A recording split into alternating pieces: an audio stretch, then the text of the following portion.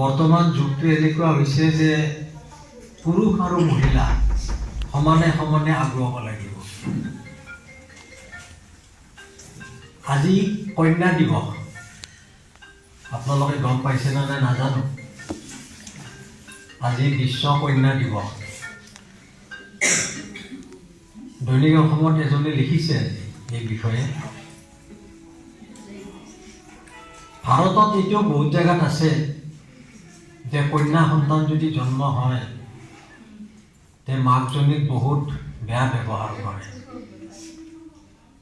আৰু হয়তো এনেকুৱা এটা পৰ্যায় পায় যে ডিভোৰ্চ পজিশ্যনলৈকেও যায়। ভাৰতবৰ্ষত এইটো এনেকুৱা জেগা আছে,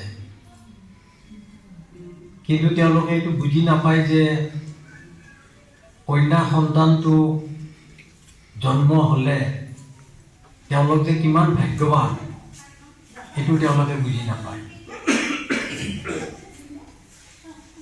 আমেৰিকাৰ ফালে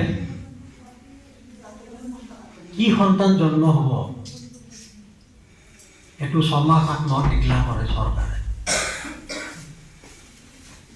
হস্পিটেল কৰ্তৃপক্ষই ডিক্লেয়াৰ কৰে, কাৰণ তাত কন্যা হওক বা ল'ৰা হওক তাৰ সমান অধিকাৰ। কিন্তু আমাৰ ইয়াত এইটো নিষিদ্ধ আছে চোৱাটো, আৰু অলপতে এইটো চাই পেলাই এজন ডক্টৰৰ চাকৰি হৈছে। আপোনালোকে পেপাৰত পাইছে চাগে।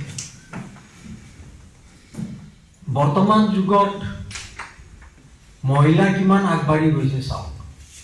আজি মহিলাই এৰোপ্লেন চলাইছে,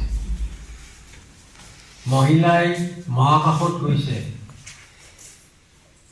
মহিলাই দেশ চলাইছে। ইন্দিৰা গান্ধী যি নেকি প্ৰথম মহিলা প্ৰধানমন্ত্ৰী ভাৰতৰ, গতিকে মহিলা কিমান আগবাঢ়ি গৈছে।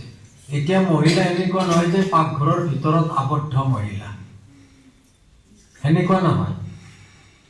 হ'ব পাৰে তেওঁ গৃহিণী, তেওঁ চাকৰি নকৰে, হ'ব পাৰে, কাৰণ ঘৰ এখন চলাব লাগিব। ঘৰখন চলোৱাটো এটা মহিলাৰ কাৰণে এটা ডাঙৰ পৰীক্ষা। সন্তান জন্ম দিয়াটো মহিলাৰ কাৰণে এটা ডাঙৰ পৰীক্ষা।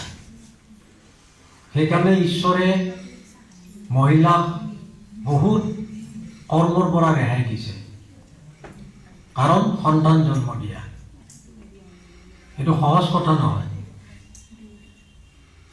অকল পাকঘৰৰ গৃহিণী হিচাপে আজিৰ মহিলা থকা নাই।